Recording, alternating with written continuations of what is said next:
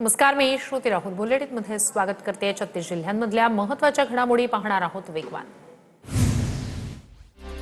मुंबईकरांसाठी आनंदाची बातमी. गारगाई धरण प्रकल्पाचं काम मे 2029 पर्यंत पूर्ण करण्याच्या मुख्यमंत्र्यांच्या सूचना. ऑक्टोबर 2026 पासून प्रकल्पाचं प्रत्यक्षात काम सुरू होणार. आवश्यक परवानग्या पुढील 2 महिन्यात युद्धपातळीवर पूर्ण करण्याचे निर्देश. कोल्हापूर आणि सांगली पुरासंदर्भात तोडगा काढण्यासाठी सरकारचा मोठा निर्णय. पूर नियंत्रणासाठी 3200 कोटींचं मिशन MRDPच्या निधीला मंजुरी. मुख्यमंत्री देवेंद्र फडणवीस यांची माहिती. कृष्णा आणि पंचगंगा नद्यांची वहन क्षमता सुधारणार. युवक काँग्रेसकडून शालेय शिक्षण मंत्री दादा भुसे यांच्या राजीनाम्याची मागणी. युवक काँग्रेसकडून दादा भुसे यांना 7 दिवसांचा अल्टिमेटम. 7 दिवसांनंतर भुसे यांच्या नाशिकच्या घरापासून आंदोलनाची सुरुवात होणार. नागपूरमध्ये भारतीय कम्युनिस्ट पार्टीचा मोर्चा. महाराष्ट्रातील पेपरफुटी प्रकरणात दादा भुसे यांच्या राजीनाम्याची मागणी. नागपूरमधील कम्युनिस्ट पक्षाच्या महिला कार्यकर्त्यांचा मोर्चा. मोर्चामध्ये नागपूरमधील CJPच्या कार्यकर्त्यांचा सत्कार. ड्रग इन्स्पेक्टर पेपरफुटीची बातमी अफवा असल्याचं निष्पन्न. आयोग आरोपीविरोधात पोलिसात तक्रार दाखल करणार. महाराष्ट्र लोकसेवा आयोगाचे अध्यक्ष विवेक भीमनवार यांची माहिती. केंद्रीय मंत्री नितीन गडकरी यांना मुंबई हायकोर्टाचा मोठा दिलासा. बदनामीकारक मजकूर, आक्षेपार्ह पोस्ट पसरवणाऱ्यांविरोधात अब्रू नुकसानीची नोटीस धाडण्याची परवानगी. Meta, Google, deepfake, AI content पसरवणाऱ्यांविरोधात तक्रारीची परवानगी. धाराशिव विजन 2030 या कार्यक्रमावर शिवसेनेच्या जिल्हा परिषद सदस्यांचा बहिष्कार. स्वागताच्या बॅनरवर ओमराजे निंबाळकर, तानाजी सावंत यांचा फोटो नसल्यानं नाराजी. अनुसूचित जातीच्या आरक्षणाचं उपवर्गीकरण करण्याच्या मागणीसाठी लातूरमध्ये मोर्चा. मोर्चात लातूरसह राज्यभरातील नागरिक सहभागी. अमरावतीच्या आश्रमशाळेतील विषबाधे प्रकरणी सेंट्रल किचनच्या मालकासह 6 जणांवर गंभीर गुन्हे. विद्यार्थ्यांना कच्चं आणि निकृष्ट जेवण दिल्यानंच विषबाधा झाल्याचं निष्पन्न.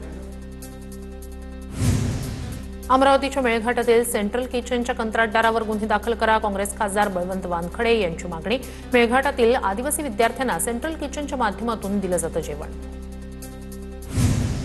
अन्न औषध प्रशासन विभागाचे आयुक्त तुकाराम मुंढे यांना दणका. मुंबई हायकोर्टाच्या औरंगाबाद खंडपीठाकडून FDA कारवाईला अंतरिम स्थगिती. छत्रपती संभाजीनगर, जालना, जळगाव, अहिल्यानगरमधील दूध डेअरी चालकांनी कारवाई विरोधात केली होती याचिका. सोशल मीडियावर सोया चाप बनवतानाचा किळसवाणा व्हिडिओ समोर. व्हिडिओनंतर नेटकऱ्यांकडून संताप व्यक्त. हा व्हिडिओ समोर आल्यानंतर लोकांनी अन्न सुरक्षा विभाग आणि प्रशासकीय यंत्रणांच्या तपासणीवरच केलं प्रश्नचिन्ह उपस्थित. बुलढाण्याच्या जळगाव जामोद पंचायत समितीतील विस्तार अधिकारी अखेर निलंबित. ठेकेदाराकडून लाच घेताना संदीप मोरे यांना झाली होती अटक. नाशिकच्या लासलगावमध्ये सलग 5 दिवसांपासून पावसाची संततधार. सततच्या पावसामुळे टोमॅटोवर रोगांचा प्रादुर्भाव. रोग नियंत्रणासाठी अतिरिक्त औषध फवारणी. छोट्या पुलाच्या अरुंद बांधकामामुळे 60 हेक्टर शेती पाण्याखाली गेल्याचा प्रकार. भंडाऱ्याच्या तुमसरमधील पिंपरा आणि साखळी गावातील प्रकार समोर. 3 वर्षांपासून तक्रारींकडे प्रशासनानं दुर्लक्ष केल्याचा आरोप. जळगाव जिल्ह्यात पुण्यश्लोक अहिल्यादेवी होळकर शेतकरी कर्जमुक्ती योजनेत 54,896 शेतकरी पात्र. लाभासाठी अॅग्रिस्टॅक फार्मर ID, eKYC आणि आधार प्रमाणीकरण पूर्ण करणं आवश्यक. कर्जमाफीसाठी वाशिम जिल्ह्यातील 52,881 पात्र शेतकऱ्यांची पहिली गावनिहाय लाभार्थी यादी जाहीर. पात्र शेतकऱ्यांनी अॅग्रिस्टॅक पोर्टलवर नोंदणी करून आधार प्रमाणीकरणाची प्रक्रिया पूर्ण करणं आवश्यक. सोलापूरच्या करमाळा तालुक्यात तूर उडीद कोळपणीला वेग. तण काढण्यासाठी सध्या बैलांद्वारे कोळपणी. लातूर शहरातील पाणी पुरवठ्याचं वेळापत्रक कोलमडलं. विद्युत पुरवठ्यात बिघाड झाल्यानं पाणी पुरवठा कोलमडल्याचं बोललं जात आहे. सध्या 5 ते 6 दिवसातून एकदा पाणी पुरवठा केला जातोय. उजनी धरणाची पाणी पातळी 94.95%. पूर नियंत्रणासाठी उजनीतून पाण्याचा विसर्ग सुरू. उजनी धरणात पाण्याची आवक वाढली. सांगलीतील वारणा धरणाचा पाणीसाठा 82% पोहोचला. धरणात 8,126 क्युसेक पाण्याची आवक. तर विद्युतगृहातून 1,400 क्युसेकचा नदीपात्रात विसर्ग.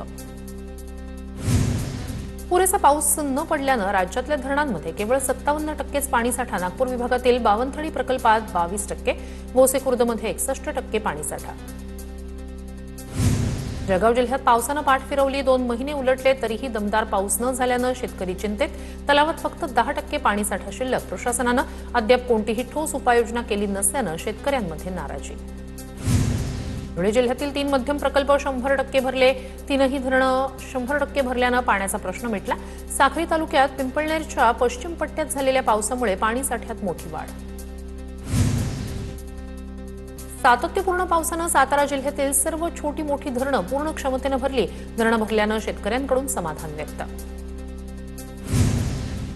धुळ्यात झालेल्या मुसळधार पावसामुळे अक्कलपाडा धरणातील पाण्याचा साठा वाढला.